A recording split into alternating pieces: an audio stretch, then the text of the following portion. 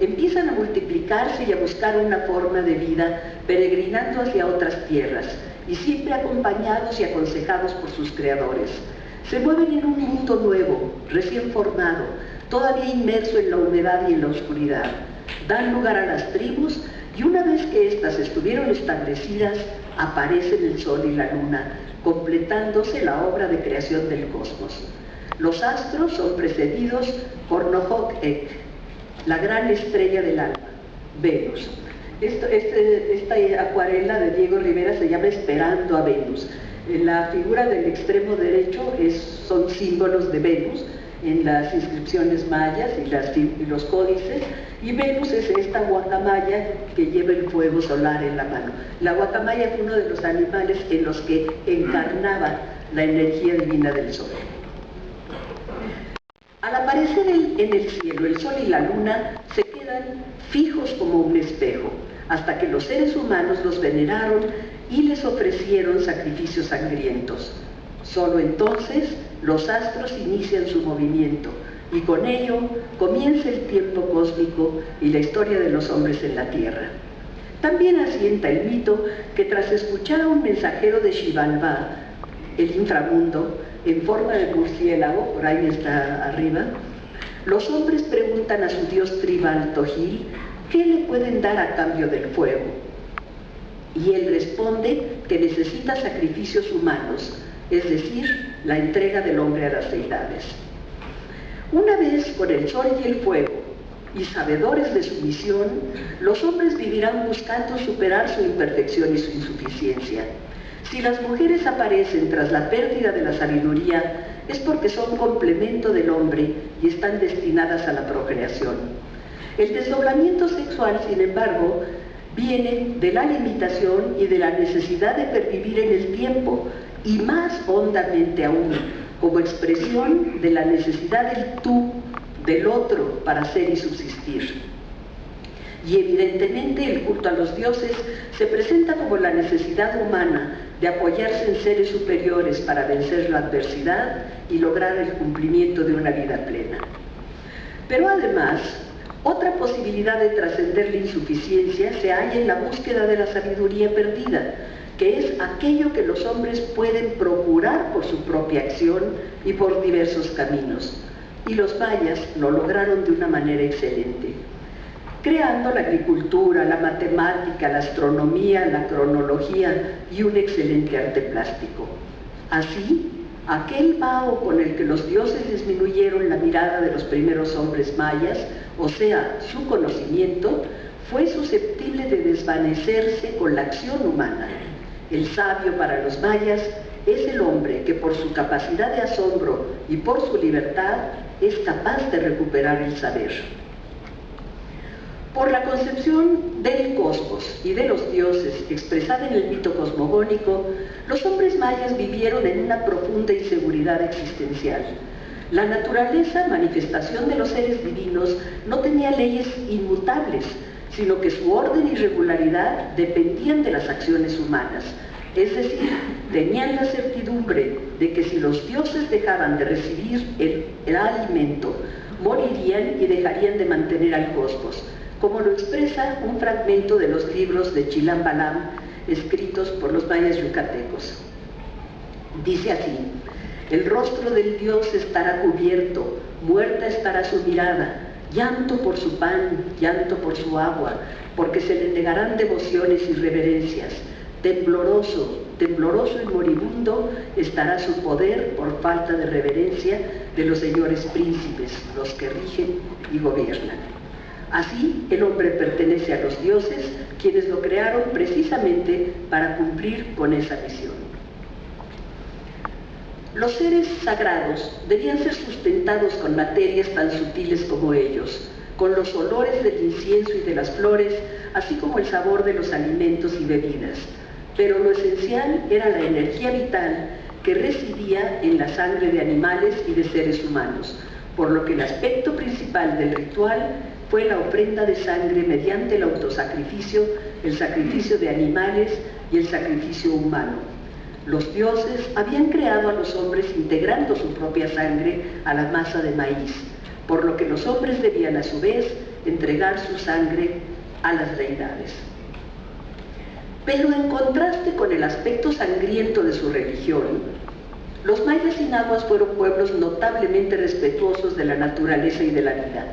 Para ellos, el mayor mal era la muerte. Las fuentes afirman que matar a un ser humano era el peor delito, castigado con la pena de muerte.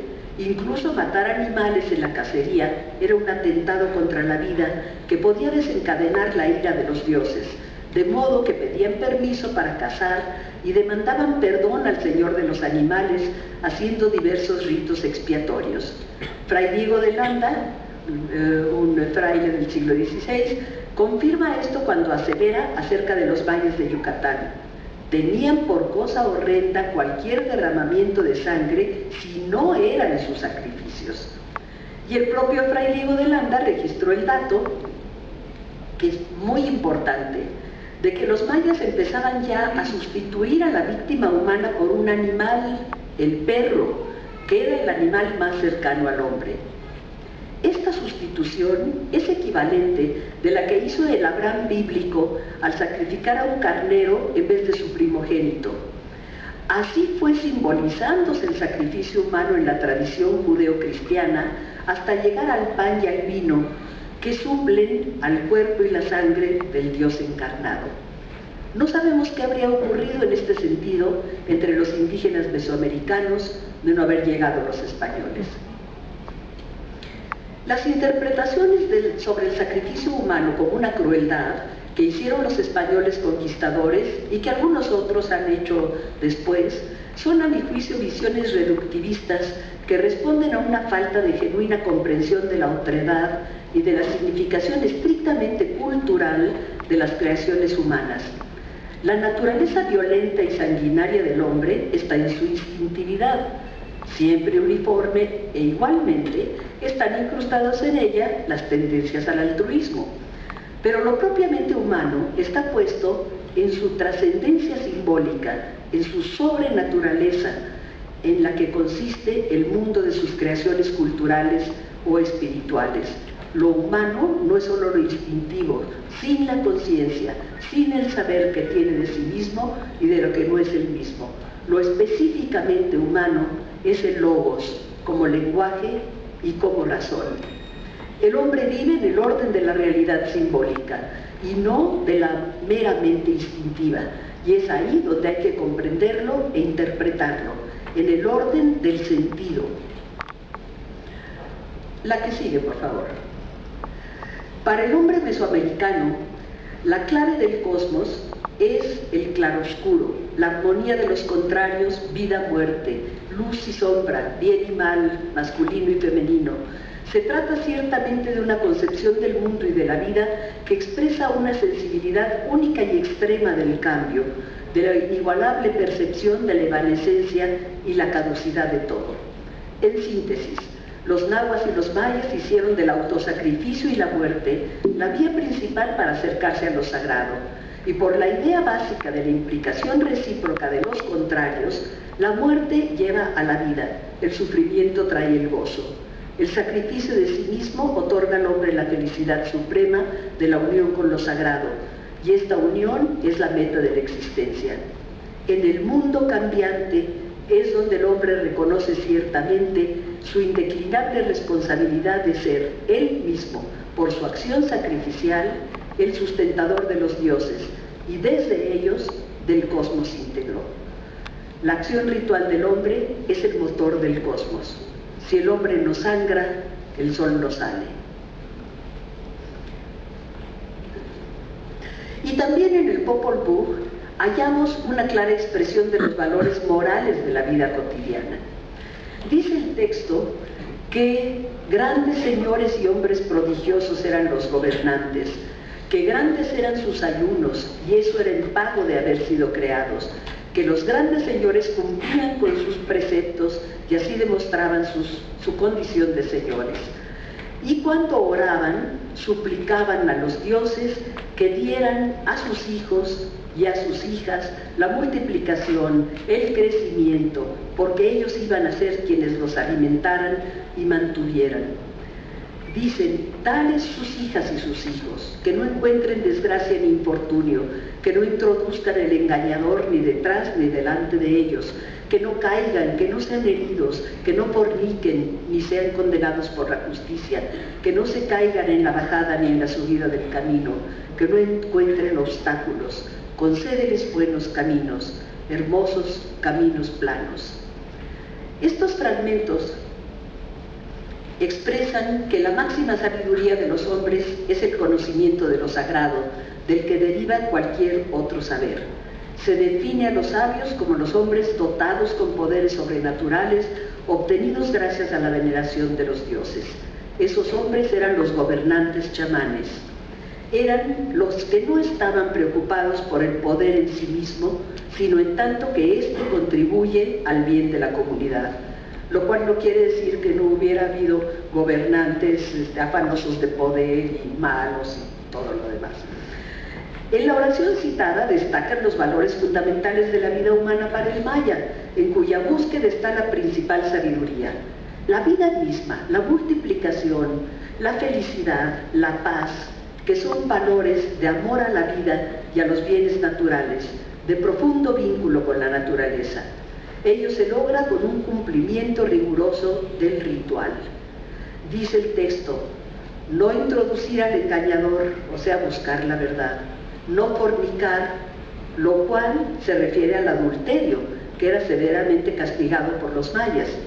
Generalmente sufrían el castigo los dos adúlteros, pero paradójicamente podía ocurrir que si el marido estaba de acuerdo, perdonaba al rival, y si no estaba de acuerdo, lo mataban.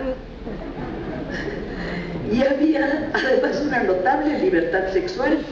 Si una pareja ya no quería vivir unida, simplemente se separaban y se unían con quien quisieran sin necesidad de volverse a casar.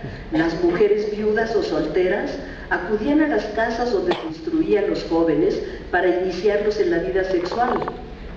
Como ellas, todos desempeñaban una función en el tejido social que era la base de los valores y de la ética de los mayas. En el párrafo se pide también a los dioses que los hijos no sean condenados por la justicia, que no violen las normas, que no caigan. El ejemplo, el paradigma del hombre son los sabios, los que cumplían con sus grandes preceptos. Y cabe concluir señalando que el maya parece haber encontrado en el ámbito de la moral y de la ética aquello que en contraste con los dioses precarios y con el mundo impredecible, sí permanece inalterable.